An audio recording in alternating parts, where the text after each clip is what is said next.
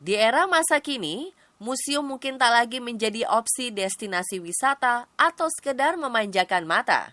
Namun lain halnya dengan Anggun, penyanyi Indonesia yang telah mendunia dan menetap di Paris, Perancis. Tak ingin melupakan sejarah, Anggun justru memperkenalkan dunia seni pada anak sejak usia dini. Salah satunya adalah melalui lukisan. Anak kan kesannya seperti kita bukan di program sih, tapi diisi memorinya.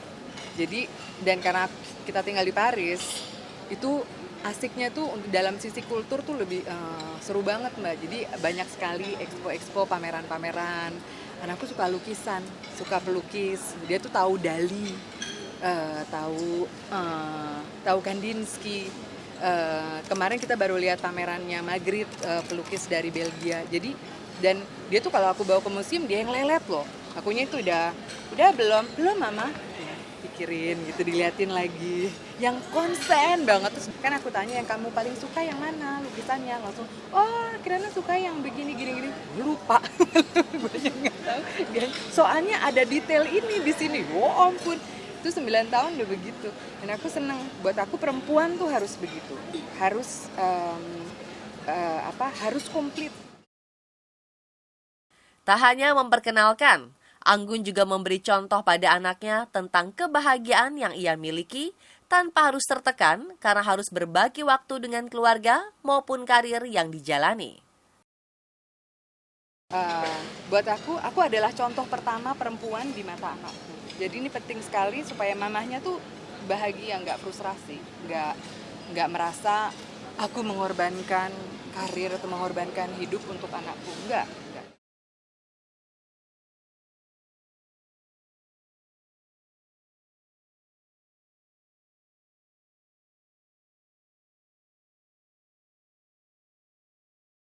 Bagi sebagian orang, mendaki di jalanan gunung yang terbilang padat justru menjadi keasyikan tersendiri saat berhasil mencapai puncak.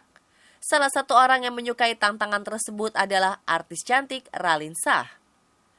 Karena benar-benar menyukai naik gunung, Raline menjadikan lokasi tersebut sebagai tempat sakral untuk mendapatkan inspirasi dan keterangan jiwa.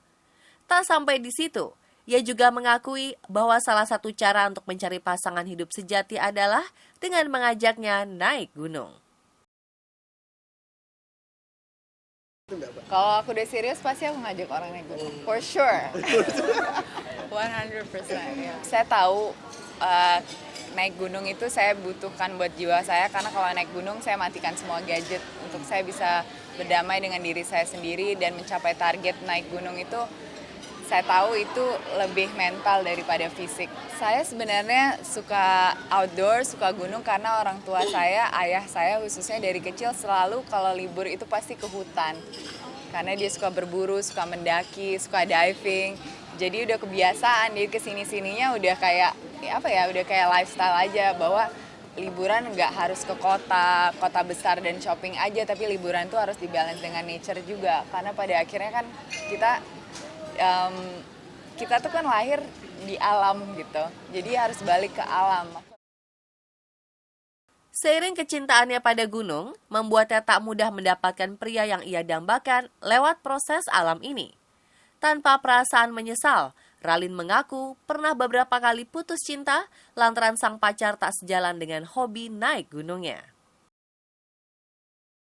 Belum punya pacar satupun yang suka naik gunung, tapi saya paksa aja naik gunung.